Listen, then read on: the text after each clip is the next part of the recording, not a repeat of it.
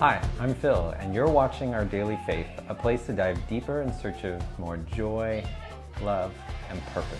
So unfortunately, Adley has a headache today, a migraine, so it's just going to be me this week. This is our last week in Kona, Hawaii. We're preparing to leave on outreach to the Philippines in just a couple of days. If you're new to this channel, you can hit the subscribe button. You can hit the little bell if you want to get notifications of when we release new videos. Right now we are going through a series documenting our experience at a YWAM Youth with a Mission discipleship training school. We're in the family DTS, and you can check out all the rest of the videos up here. You can also follow us on Instagram at Our Daily Faith. We'd love to hear from you. If you have any questions, you can message us there. This week we had the privilege of hearing from Dan Baumann, an amazing and incredible speaker who just spoke from this place with incredible intimacy with Jesus. This, I think, has been my favorite week. He has such humility and humor when he talks about just deep stuff. Like, he has been imprisoned in Iran. He has a brush with death several times, and yet every time he's just got this gratefulness and this gratitude for Jesus every step of the way. And every time he runs into challenges, he sees it as this opportunity to develop his relationship and his friendship with Jesus deeper and deeper. And I just find it really incredible, the humility that he has.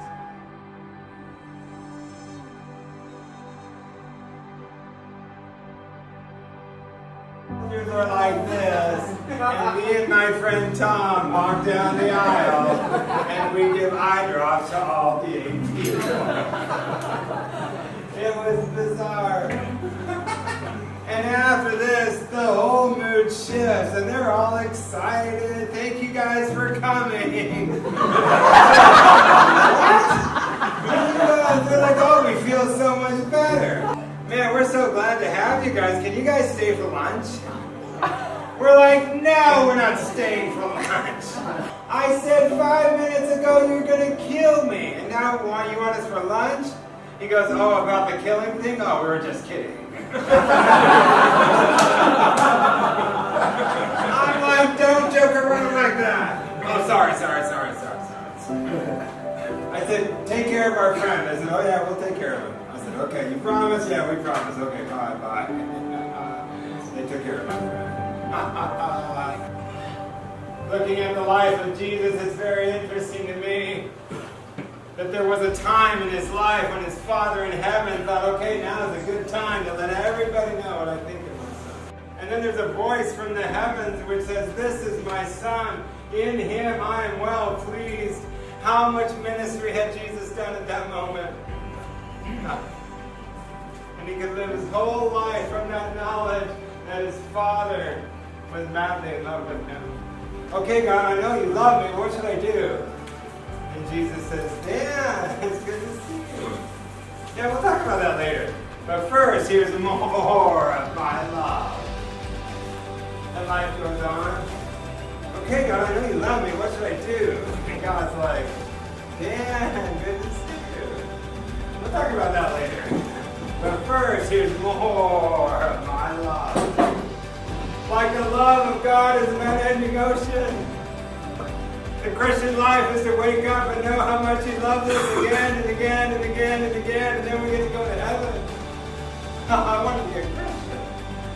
That sounds awesome. It's really hard to talk about all of his stories because they're just so powerful, but he has written 3 books, and I can put them down in the description below. You can find the links down there if you want to check them out. I think my biggest takeaway from Dan's talks is just his desire for friendship. That's one thing that I've really struggled with, this balance between, head knowledge, but also this deep relationship with Jesus. And he has this anchor, so every time he gets into these situations, whether it be getting imprisoned and beaten in Iran, to falling off a cliff and almost dying, he brings it back to this friendship that he has with Jesus, and this memory of when he was 16 years old and he was skipping rocks, and Jesus just came and asked him, it was like, can I skip rocks with you? And from that anchor point of, God really likes me. He wants to be my friend. It just gets him through a lot of tough situations, and he keeps building on that in different parts of his life and different times of his life. So if you want to check out his books, you can get more of the story. It's way too much for me to cover in this video, but you can check them out down below. So for our last week in Kona, we got to spend some time doing the Christmas parade in Kona, which was such an amazing celebration of Christmas. We're actually going to be serving Christmas in the Philippines, which would be a very interesting time. But before we went, we got to enjoy the Christmas parade here in Kona.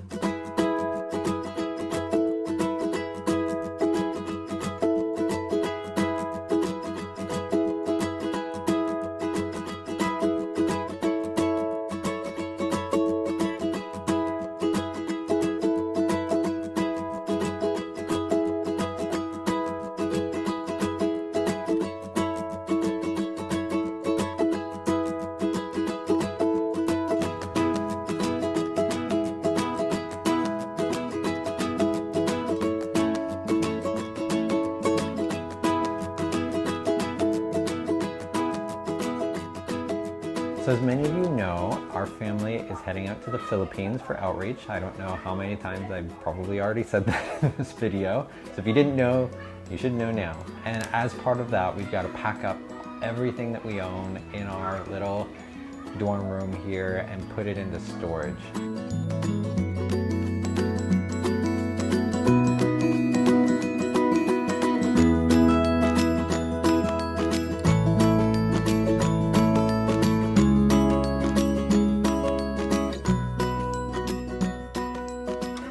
We recommend is that if you get a chance, if you're here on campus and doing a DTS and you're going out on outreach, take at least a week beforehand to start decluttering your stuff, because there is a lot to take in on that last week. You still have a little bit of lecture, there might be some final paperwork and that kind of stuff. We have a celebration for foundation school happening tomorrow night, so there's still stuff to do. So if you get a chance to kind of clear away some of that stuff and start packing early, then I do recommend doing that at least a week in advance, so that you don't have all of that to kind of stress about and worry about in the final days before you leave for your outreach. And if you have a family, you can also try to find someone on campus who might be able to help you clean your room for you.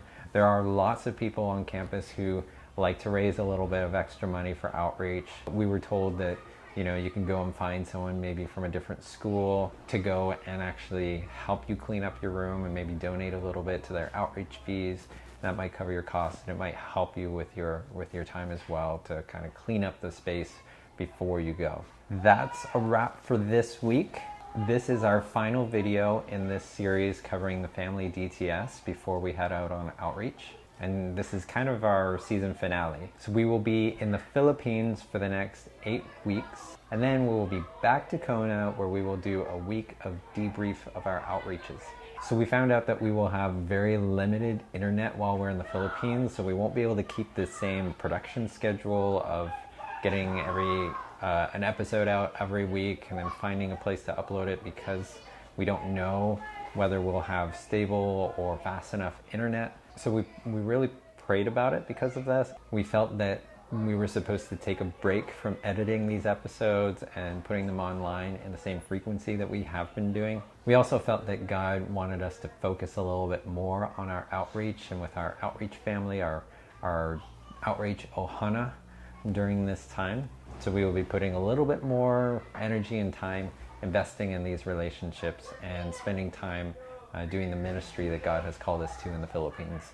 So we will still be filming every week. We will be getting lots of great stories in the Philippines, but we will be releasing these after we get back. Early to mid-March is probably when you can expect the next couple of episodes, kind of like our season 2 of this series, to start getting released. But you can also keep up to date with what we're doing on our Instagram account at Our Daily Faith. We're going to try to still post on that on a regular basis. So if you want to see what we're doing as we're doing it, you can check that out. Thank you so much for watching, and thank you so much for following us on this journey. It's meant a lot to us. We really appreciate your comments, and we appreciate the messages we've been getting on Instagram. We love you guys so much. We can't wait to see you when we get back from outreach. Thanks again, and we'll see you later.